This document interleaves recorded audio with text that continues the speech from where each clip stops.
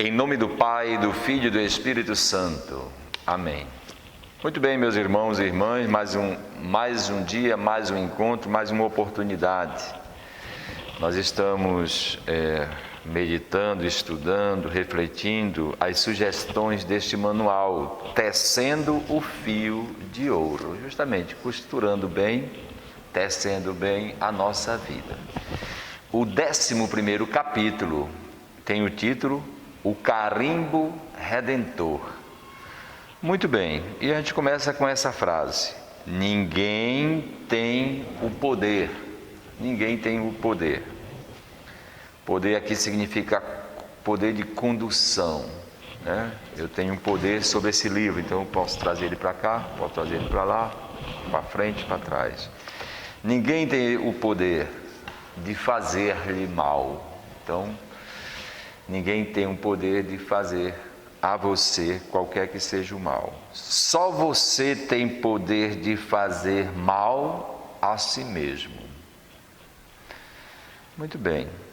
Naturalmente, tal princípio não se aplica a atos de violência que trazem consequências físicas ou a acidentes, né? Aplica-se ao nosso relacionamento com Deus, conosco e com os outros, com as coisas e as circunstâncias, e a maneira como nos responsabilizamos por nossa própria vida e a ordenamos por oposição, por opção e decisão para o amor. Muito bem, então, como nós temos lendo nesses últimos encontros, essa frase, ninguém tem o poder de fazer mal a mim, tem a ver com a maneira como nós nos relacionamos, não é isso? Ou como nós reagimos. Nos relacionamos, reagimos com Deus, conosco, com os outros, com as coisas que acontecem, não é? É a maneira como nós respondemos, portanto, é a maneira que a gente reage por nossa própria vida e a ordenamos por opção e decisão para o amor. Então, acontecem-nos coisas nos acontecem. Então, diante dessas coisas, eu sou chamado a fazer opção, tomar decisão. Se eu tomo opção e tomo decisão para o melhor, certamente tais coisas não me farão mal. Essa aí que é a nossa meditação.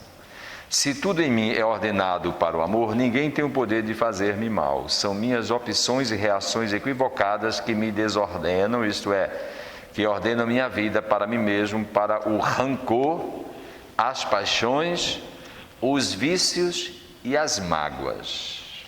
Nós vamos esclarecendo ao longo deste capítulo, né? Olha, no manual Tecendo o Fio de Ouro, doutora Emir e doutora Silva Lemos, as duas autoras deste manual, elas trazem uma história para nós chamada O Carimbo Redentor, que depois colocaram como o título desse capítulo. Então, o Carimbo Redentor, né? Como é que isso aconteceu? Certa feita, a doutora Emir estava aplicando o fio de ouro. Ela viajou e foi falar sobre o fio de ouro numa cidade. Logo depois da pregação, chegou a ela uma senhora que estava sozinha sem o marido. E essa senhora retirou da bolsa uma carta e disse à doutora Emir: olha, meu marido saiu de casa ontem e deixou esta carta para mim. Então mostrou esta carta, né? Lendo o papel, deparei-me assustada com o título da carta que o marido deixou para a esposa. 50 razões pelas quais eu estou deixando você. Então, essas 50 razões tinham 50 acusações que esse marido fez à esposa e foi embora. A primeira me impressionou de maneira bastante. E foi esta a acusação: você, o marido dizendo à esposa, escrevendo, você quer que eu seja do jeito que você quer e não do jeito que eu sou. Essa é, afinal, a razão de muitos dos desentendimentos entre as pessoas. Conversei com a senhora sobre a necessidade de perdão e de fazer o processo para inocentá-lo. Tentando consolá-la, brinquei: tenha coragem, carimbe inocente em cada um desses pontos. Então, o conselho da doutora Emi foi que, diante daquelas acusações, esta senhora, deixada pelo marido, carimbasse inocente e perdoasse cada uma das acusações que o marido fez para essa senhora, para ela, e cada uma dessas acusações que ela recebeu, ela perdoasse. Bom, o que é que está acontecendo aqui? Diante dessas acusações, ela podia reagir de um jeito ou reagir de outro jeito. O conselho que ela recebeu foi de reagir de maneira positiva. Reagir carimbando inocente ao marido. E de fato ela fez isso, literalmente. Ela comprou um carimbo, mandou confeccionar o carimbo com o dizer inocente, eu declaro inocente, e saiu carimbando as 50 acusações. Ela fez isso literalmente. Muito bem, o fato depois teve um final feliz, né? Porque depois, na segunda parte do Fio de Ouro, quando ela voltou a esta cidade novamente, a doutora Emi encontrou essa senhora e desta vez ela não estava sozinha. Ao lado dela estava o marido para dizer que estava tudo muito bem. Bom, a gente aqui assistiu um exemplo, relatamos um exemplo de como nós podemos reagir positivamente diante de uma situação de sofrimento. Tá? Não vamos dizer que seja automática esta reação, mas podemos afirmar que nós somos capazes disso, de reagir positivamente. Quando eu digo positivamente, a gente pode usar a palavra também de maneira sadia, uma maneira criativa. Podemos reagir bem diante de circunstâncias e pessoas adversas a nós. Agora podemos reagir de maneira negativa também, que às vezes é um pouco instintiva a maneira de reagir. A gente pode reagir de maneira negativa, portanto, né? E a maneira negativa é aquela mesmo, né? De mágoa, de rancor, não é isso? O desejo de desforra, ou ainda de tristeza, de decepção, de pegar aquelas palavras feias ou aquelas acusações e pegar para si, e aí você fica com a estima lá embaixo, você se deprecia, ou você não acredita mais em ninguém, e por aí vai, adoece. Então tem mil maneiras da gente reagir de maneira ou positiva ou negativa. O certo é que nós acreditamos isso porque nós temos essa boa liberdade, essa boa criatividade. No fundo, aquilo que faz mal não é tanto a sua agressão para comigo, ou o seu desprezo para comigo, ou a sua indiferença para comigo, mas a maneira como eu reajo a isso. Tá bom? A gente poderia falar muito sobre isso, mas fica a provocação, tá bom?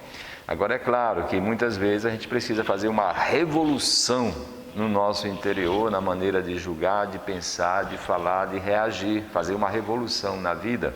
É por isso que Jesus começou o seu discurso, a sua vida pública, dizendo: convertei-vos. Convertei-vos é justamente isso.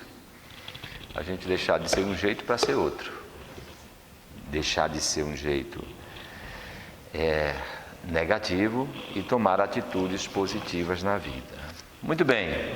Depois a doutora Emi, ela dá um exemplo dela mesma, né? Um exemplo dela mesma. Ela foi fazer um curso que depois deu origem ao Fio de Ouro, no Canadá. E aconteceu o quê? Aconteceu que o rapaz, ou o senhor, que estava ministrando, isso aconteceu durante um retiro de 5 dias, pediu que cada um participante escrevesse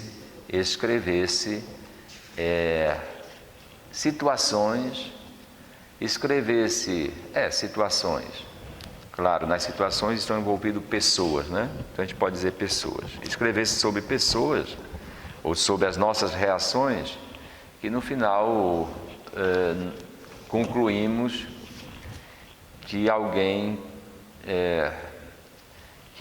tenha nos feito mal e que nós não julgamos inocente. Em outras palavras, ele disse: encontre pessoas que você julga pessoas que não são inocentes na sua vida, pessoas que fizeram mal a você. Encontre essas pessoas.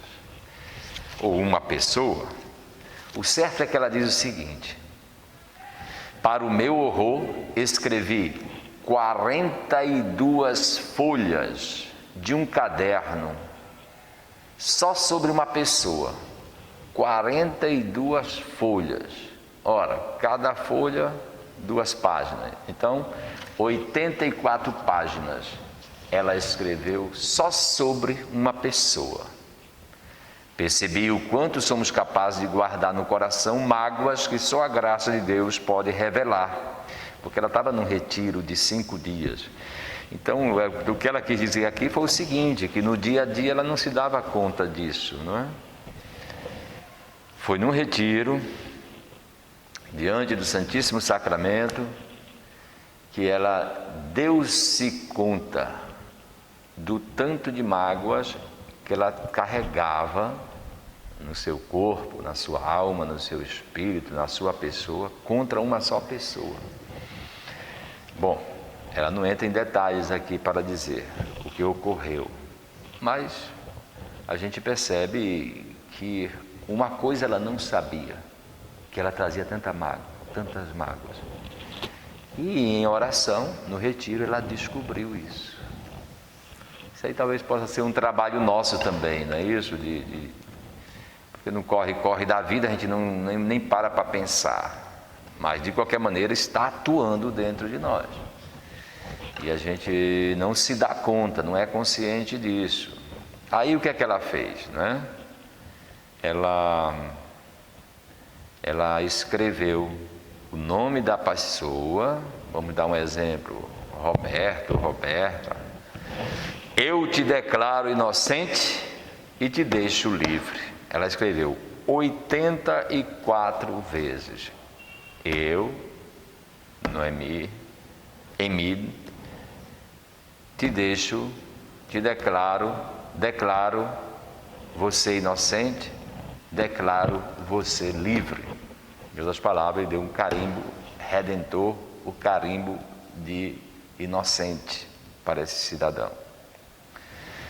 Ela diz que foi uma das tardes mais árduas da minha vida. Como escrevi diante do Santíssimo exposto, tenho certeza de que a sua graça me sustentou. Resultado, foi uma ressurreição, vida nova, vida de qualidade mais elevada. Depois eles fizeram um ritual de queimar estas folhas, não é isso? Para dizer que começava-se uma vida nova, sem a carga, sem o fardo das mágoas em suas costas. E agora, o manual diz, agora é a sua vez, não é isso? É vital não confundir a pessoa com o seu erro. No nosso trabalho, a gente pode fazer isso. É importante a gente não coincidir, né? Não confundir a pessoa com o seu erro, não é isso? O erro não precisa de ser o perdão. A pessoa, sim. O erro, repito, não precisa de ser perdoado, né? O erro, não. A pessoa, sim. Você não tem o poder de dirimir, anular um erro. O erro foi feito. Seu poder limita-se a perdoar seu irmão. Dirimir o erro é lá com Deus. Ao perdoar seu irmão, você o liberta-o, desliga aquilo que sobre ele você havia ligado em terra e no céu. Falo livre. Escreva o fruto da oração e em seguida faça o que Deus lhe inspirar, mas não precisa ir ao centro encomendar um carimbo. Aqui ela brincou um pouquinho, né? Porque aquela senhora fez esse fio de ouro e literalmente foi confeccionar um carimbo que tinha escrito: eu te declaro inocente, né? E ela disse que não precisa fazer isso, mas sinceramente precisa-se, no caminho hora do amor, no projeto de tecer vida nova, de tecer a vida como um fio de ouro, um fio de qualidade, a nossa vida de qualidade, a gente precisa libertar-se e libertar o outro, portanto declará-lo inocente e interiormente libertar-se. Pai, Filho e Espírito Santo.